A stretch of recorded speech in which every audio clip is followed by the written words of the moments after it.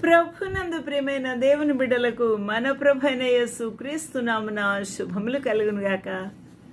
ఈ యొక్క దినమందు దేవుని యొక్క వాక్య ధ్యానము కొరకు పరిశుద్ధ బైబిల్ గ్రంథం నుండి దేవుని యొక్క లేఖనాల నుంచి రోమీలకు రాసిన పత్రిక నుండి కొన్ని వచనాల్ని ఈ రోజుకు సిద్ధపరిచిన ఈ యొక్క వాక్య ధ్యానమును చేయుటకు ప్రభువు పరిశుద్ధాత్మ దేవుడు తండ్రి అయిన దేవుడు మనకు సహాయం చేయనుగాక. ఆమేన్.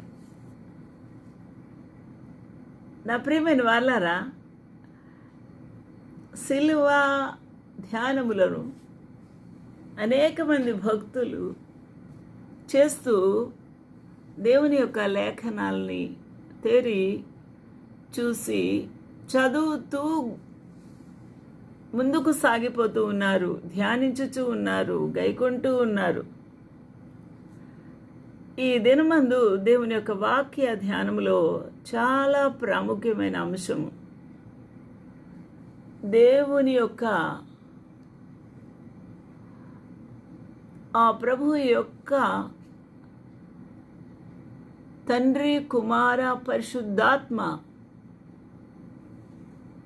దేవుని యొక్క ప్రత్యేకమైన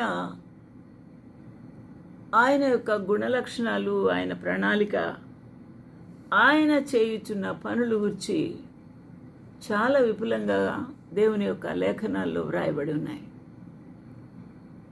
కొన్ని వచనాలు మనము ఈరోజు పాఠ్యభాగముకై ధ్యానము చేయుదాం. ఇక్కడ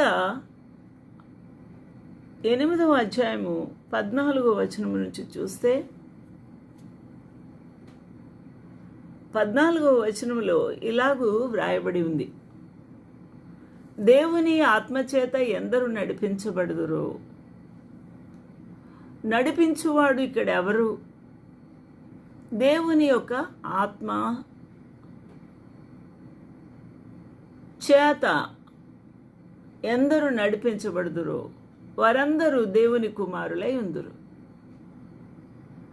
అనగా దేవుని యొక్క ఆత్మ చేత నడిపించబడినవాడు దేవుని యొక్క కుమారుడు.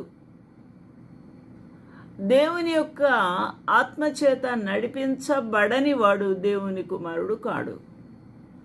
రెండు చాలా క్లియర్. అందువల్లనే ఎందరూ దేవుని యొక్క ఆత్మ చేత నడిపించబడుదురో వారందరూ